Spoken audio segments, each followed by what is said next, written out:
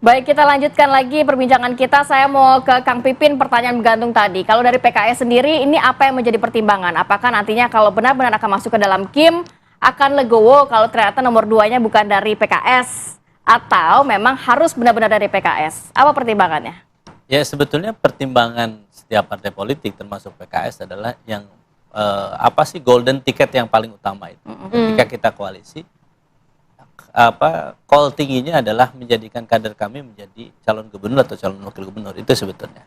Itu yang disampaikan, termasuk kita diskusi dengan Pak Anies, Pak Sudirman Said, juga ke misalnya dengan RK dan juga partai-partai politik yang lain.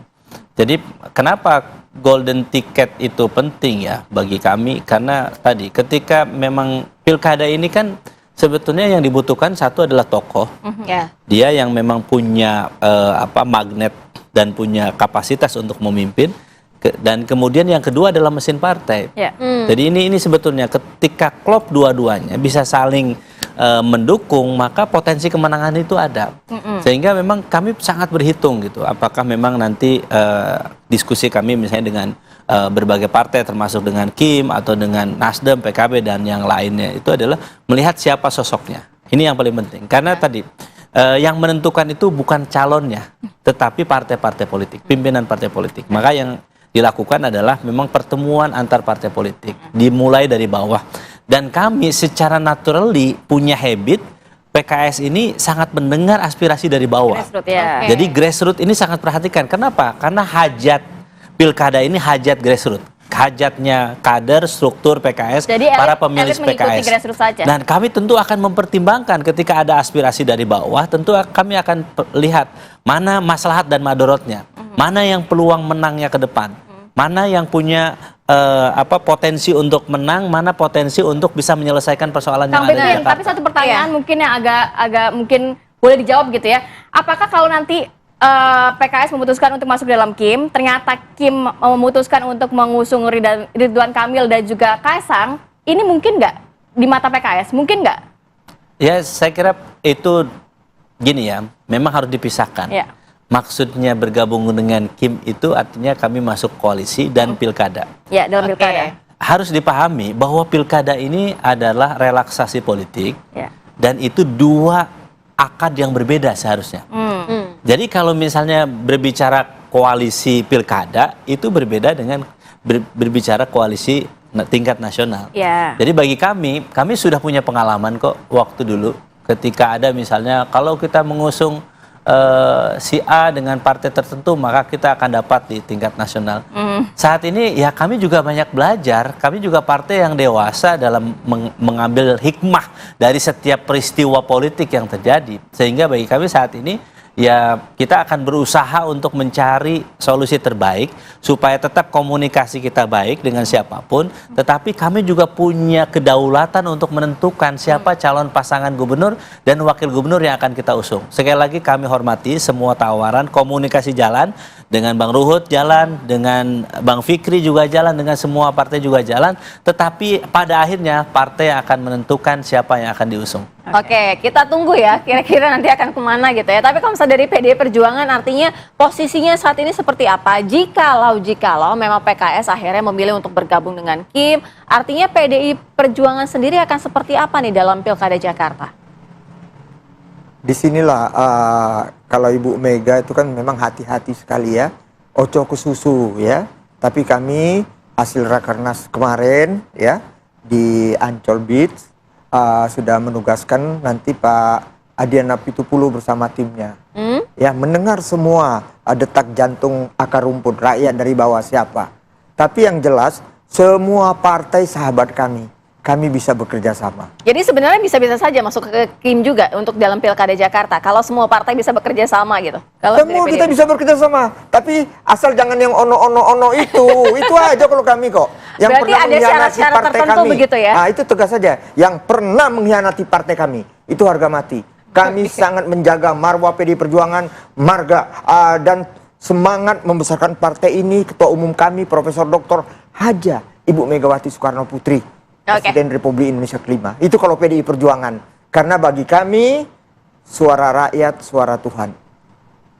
Oke, terakhir ke Bang Fikri, kira-kira nantinya akan seperti apa nih kalau dari sisi PAN sendiri? Soal ruangnya Kaesang nanti, kan selama ini kan memang dari PAN sudah mendukung begitu ya Kaesang untuk maju menjadi cagup. Tapi kalau misalnya ternyata dari Kim tidak memilih dalam arti Kaesang dan PKS, nanti RK dan juga PKS akan seperti apa dari PAN sendiri? Apakah akan firm tetap dalam Kim? Iya. Jadi gini, Kim ini kan memang soal presiden, tapi bahwa sekarang tetap dijalin dalam konteks pilkada iya. Tapi juga di beberapa daerah kan nggak misalnya gini, semua daerah itu harus Kim, enggak juga gitu loh. Tapi kebetulan mungkin di DKI ini memang Cocoknya komunikasi cocok dengan Kim. Kim ini ya kita masih bulat. Ya. Tapi nggak semua daerah itu Kim semua terus enggak. Jadi potensi di sini misalnya ya sama dengan kawan PKS, kemudian PDI Perjuangan, Bang Ruhut, Pipin tadi. Ya potensi kita bisa saja misalnya kalau Kim ini keputusannya, tapi kalau nanti sama PKS masih mungkin atau enggak gitu. Oke. Tapi ternyata kalau nanti ini mungkin nggak digeser, ini itu masih masih sangat mungkin. cair. Kalau dari Bang Hensat sendiri melihatnya kira-kira bagaimana nih peta konstelasi politik dalam di Kita pilkada bicara ya? situasi dan kondisi ya. Mas Kaisang jalannya sudah dibuat gitu ya, sudah dibikin, dan saya yakin pasti akan dipakai. Nggak ketemu saya alasannya sudah dibuatkan jalan oleh MA gitu ya, kemudian nggak dipakai.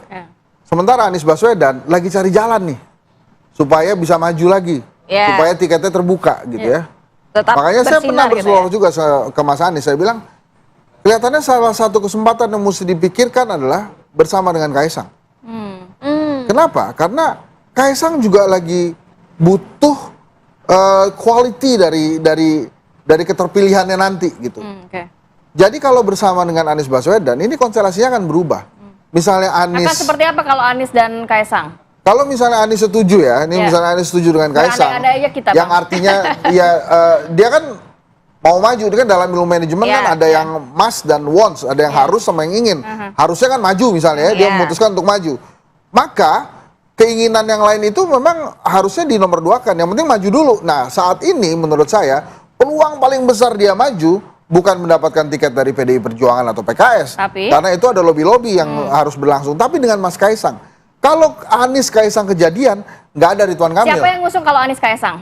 Ya Kim sama PKS lah. Oh, kalau PDIP-nya berarti nanti PDIP-nya mungkin akan cari teman lagi. Gitu ya. PDI kan nggak pernah kehabisan kader, banyak kadernya. Ini kan kita lagi bicara Kaisang nih. Menurut saya, dan Mas Kaisang udah berkali-kali bilang oke. Tapi kalau dari Bang Hensat sendiri memungkinkan tidak itu angka kejadian? Anies sama Kaisang kan terserah Mas Anies ya, sama Kaisangnya mau enggak.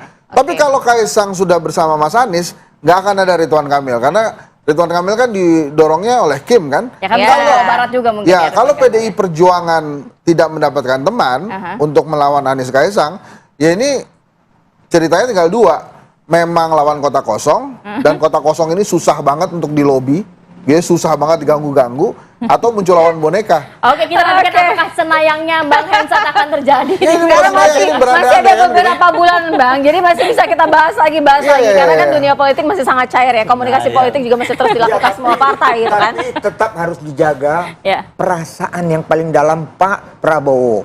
Nama-nama yang kita sebut ini, benar apa yang dikatakan Pak Henry Satrio. Jangan juga mengganggu 2029, ya.